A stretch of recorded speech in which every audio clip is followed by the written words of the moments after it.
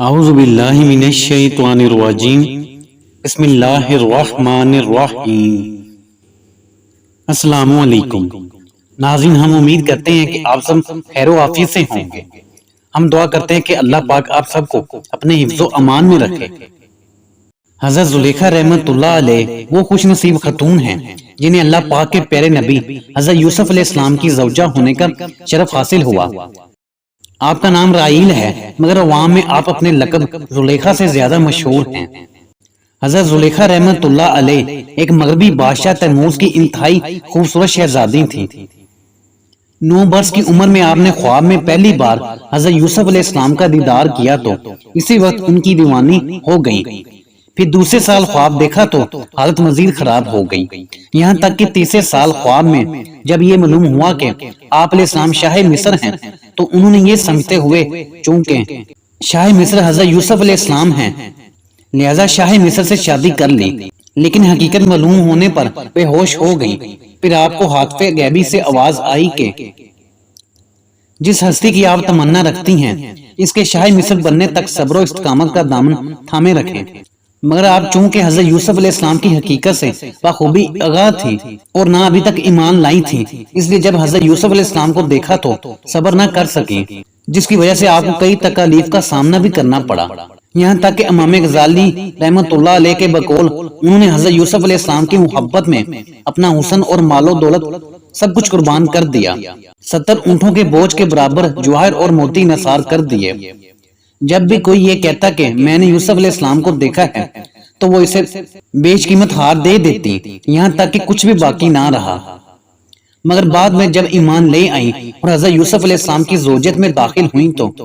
سوائے عبادت و ریاضت اور توجہ اللہ کے کوئی کام نہ رہا۔ اگر حضرت یوسف علیہ السلام دن کو انہیں اپنے پاس بلاتے تو کہتی رات کو آؤں گی، اور اگر رات کو بلاتے تو وہ دن کا وعدہ کرتی۔ اگر حضرت یوسف علیہ السلام نے جب پوچھا کہ آپ تو میری محبت میں دیوانی تھی تو عرض کرنے لگی یہ اس وقت کی بات ہے جب میں محبت کی حقیقت سے واقف نہ تھی، اب چونکہ مجھے حقیقت معلوم ہو چکی ہے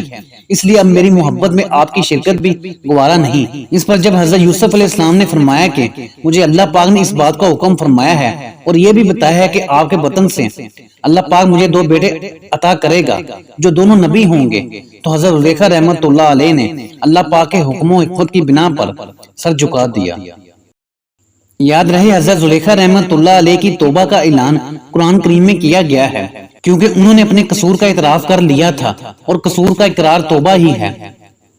لہٰذا حضرت زلیخا کو برے لفظوں میں یاد کرنا حرام ہے، کیونکہ وہ حضرت یوسف کی صحابیہ اور ان کی مقدس بیوی تھی۔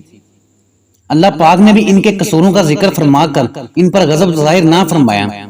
کیونکہ وہ توبہ کر چکی تھی اور توبہ کرنے والا گناہ گار بالکل بے گناہ کی طرح ہوتا ہے۔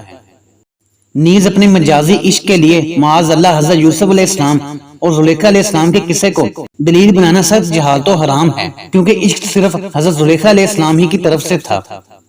حضرت یوسف علیہ السلام کا دامن اس سے پاک تھا، لہٰذا حضرت زلیخا رحمت اللہ علیہ کا ذکر ہرگز بے ادبی سے نہ کیا جائے، بلکہ ہر حال میں احترام کا خیال رکھا جائے۔ بہت سے بے باک لوگ حضرت یوسف علیہ السلام اور حضرت زلیخا علیہ السلام کے واقعے کو بڑھا چڑھا کر بیان کرتے ہیں اور معاذ اللہ ان کی شان میں بہت سی بے ادبیاں کرتے ہیں۔ ایسے لوگوں کو فوراً سچی توبہ کر لینی چاہیے، ورنہ بربادی یقینی ہے۔ حضرت یوسف علیہ السلام سے حضرت زلیخا رحمت اللہ علیہ کی شادی کا واقعہ بھی بڑا عجیب ہے، جیسے کہ دین و دنیا کی انوکھی باتیں نامی کتاب میں یہ ہے کہ عزیز مصر کی موت کے بعد چونکہ حضرت زلیخا رحمت اللہ علیہ تنگ و دست و محتاج ہو چکی تھی اور آنکھوں کی بینائی بھی چلی گئی تھی،